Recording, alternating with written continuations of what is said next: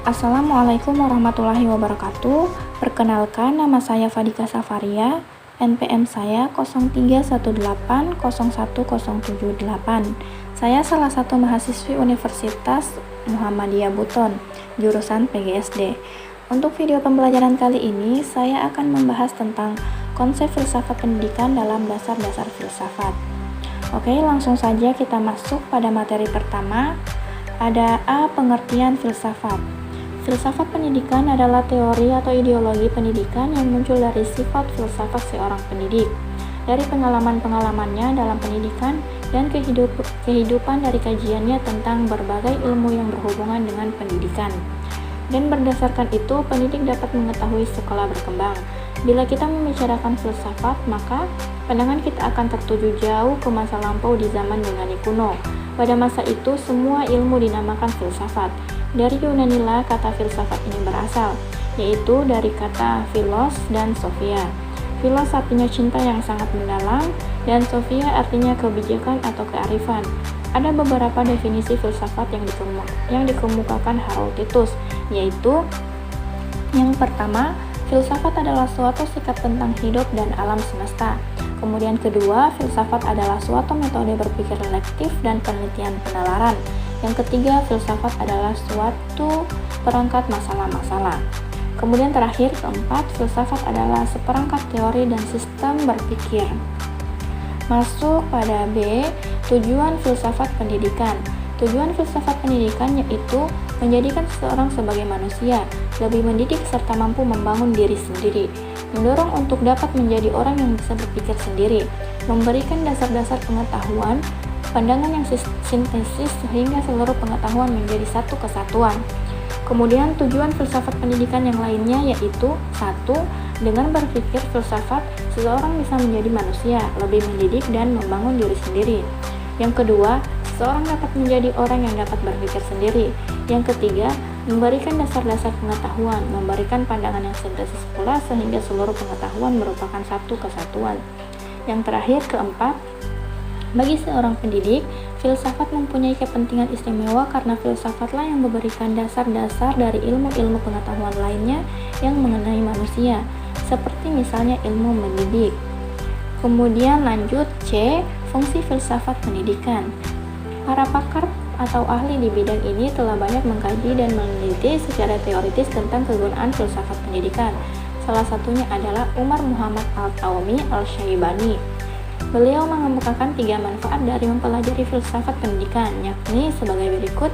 Yang pertama, filsafat pendidikan bisa menolong para perancang pendidikan dan juga orang-orang yang melaksanakannya dalam suatu negara untuk membentuk atau melaksanakan pemikiran yang sehat terhadap proses pendidikan, serta berguna juga untuk memperbaiki peningkatan pelaksanaan pendidikan, serta kaidah atau termasuk juga cara mereka mengajar yang mencakup penilaian bimbingan. Yang kedua, filsafat pendidikan bisa atau dapat menjadi asas yang terbaik bagi penilaian pendidikan dalam artian yang menyeluruh. Yang ketiga, filsafat pendidikan Islam akan membantu dalam memberikan pendalaman pemikiran atau pemahaman dalam berpikir bagi faktor-faktor kebudayaan, spiritual, ekonomi, sosial, dan juga politik di negara kita ini. Kemudian, menurut Ibnu Bashir, fungsi filsafat pendidikan diantaranya adalah sebagai berikut. Yang pertama, fungsi spekulatif. Yang kedua, fungsi normatif. Yang ketiga, fungsi kritik. Yang keempat, fungsi teori bagi praktik. Dan terakhir kelima, fungsi integratif. Kemudian lanjut D, hubungan antara filsafat, teori, dan praktik pendidikan.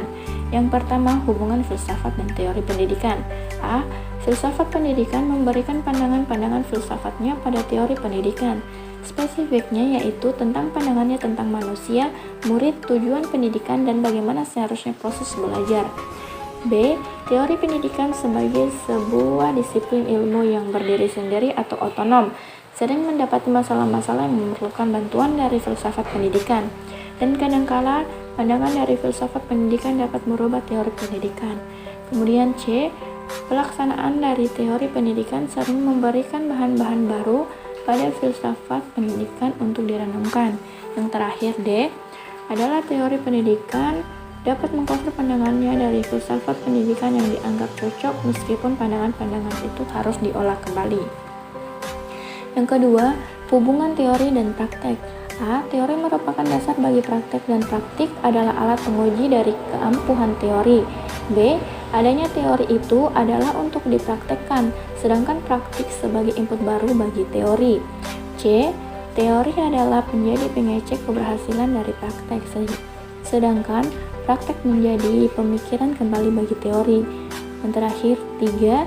Hubungan antara filsafat teori pendidikan dan praktek pendidikan dapat kita jabarkan sebagai berikut. Yang pertama, teori atau ilmu pendidikan teoritis sebagai penjabaran dari filsafat pendidikan memunculkan ilmu pendidikan praktis. B. Teori atau ilmu pendidikan praktis dijadikan panduan dalam kegiatan pendidikan langsung, terutama pada kegiatan mendidik. C. Pengalaman mendidik memberikan timbal balik kepada teori pendidikan yang bermanfaat untuk merevisi teori yang semula. Ya teman-teman, itulah pembelajaran materi tentang konsep filsafat pendidikan dalam dasar-dasar filsafat. Ya teman-teman, lebih dan kurangnya mohon dimaafkan. Billahi taufiq wal hidayah. Wassalamualaikum warahmatullahi wabarakatuh.